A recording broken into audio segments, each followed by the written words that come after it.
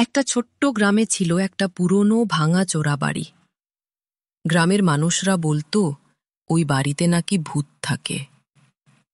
সন্ধ্যার পর কেউ সেদিকে পা বাড়াতো না।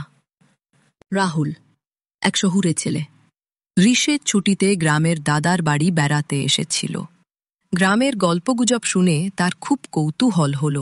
সে ঠিক করল রাতে সেই ভূতের বাড়িতে যাবে। দাদু তাকে অনেক বোঝালো, কিন্তু সে শোনেনি। রাত 12টা। রাহুল একটা টর্চ আর মোবাইল নিয়ে চুপি চুপি বেরিয়ে পড়ল।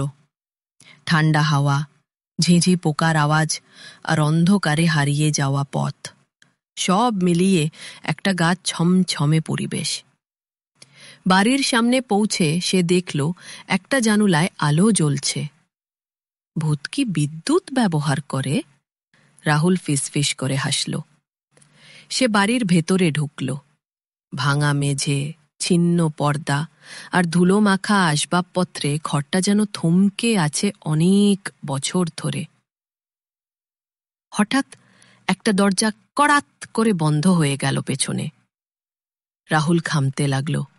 টর্চ নেভে, মোবাইলের নেটও নেই। তখনই ঘরের কোণে দেখতে পেল একটা ছায়া।